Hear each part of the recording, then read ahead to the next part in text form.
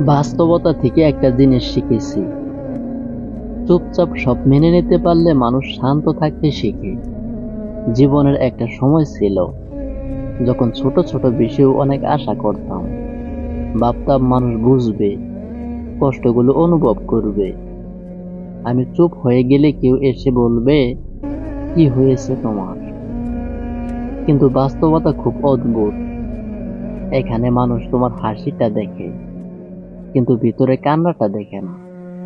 একটা সময় বুঝে গেছি, বেশি আশা করলে কষ্ট বাড়ে, আর বেশি বোঝাতে গেলে মানুষ বিরক্ত হয়ে দূরে সরে যায়। তখন থেকে বদলে যেতে শুরু করলাম। আগের মতো আর কাউকে নিজের অনুভূতি বোঝাতে চাই না, কারণ সবাই শুনতে চায় না। কেউ কেউ শুধু গল্প শুনে চলে যায়।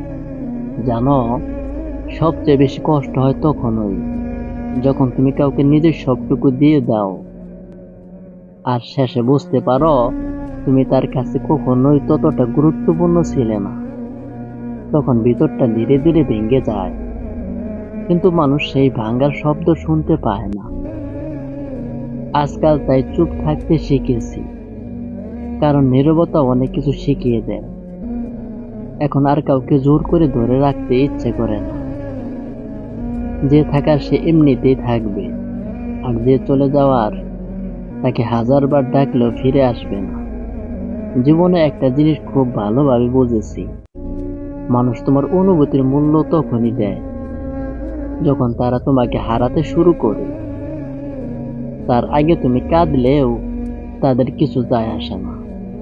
তাই এখন আর অভিযোগ করি না, কারণ অভিযোগ করলে কেউ সমস্যার সমাধান করে না, বরং মানুষ ধীরে ধীরে এড়িয়ে চলতে শুরু করে।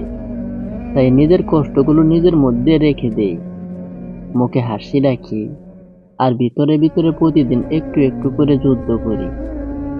হয়তো বাইরে থেকে আমাকে খুব স্বাভাবিক লাগে, কিন্তু প্রতিটা রাত জানে কতটা ভেঙে পড়ে নিজেকে সামলাতে হয়। কিছু মানুষ আছে যারা সবার সামনে হাসে, মজা করে, স্বাভাবিক থাকার অভিনয় করে, কিন্তু একা করে ফিরে নীরবে কাঁদে। কারণ তাদের কষ্ট বোঝার মতো মানুষ খুব কম থাকে। জীবন আসলে মানুষকে বদলে দেয়। একটা সময় যে মানুষটা খুব আবেগী ছিল, সেও একদিন অনুভূতি লুকাতে শিখে যায়। কারণ বারবার আঘাত পেলে মানুষ আর আগের মতো থাকে না। তবুও জানো, এত কষ্টের পরেও মানুষ বেঁচে থাকে, হাসে, স্বপ্ন দেখে, কারণ জীবন থেমে থাকে না। হয়তো একদিন সব ঠিক হয়ে যাবে, হয়তো একদিন এই নীরব কষ্টগুলোরও শেষ হবে। তাই যারা এখন চুপচাপ ভিতরের যুদ্ধটা লড়ে যাচ্ছ, বিশ্বাস রাখো, তুমি দুর্বল না। কারণ নীরবে কষ্ট সহ্য করার শক্তি সব মানুষের থাকে না।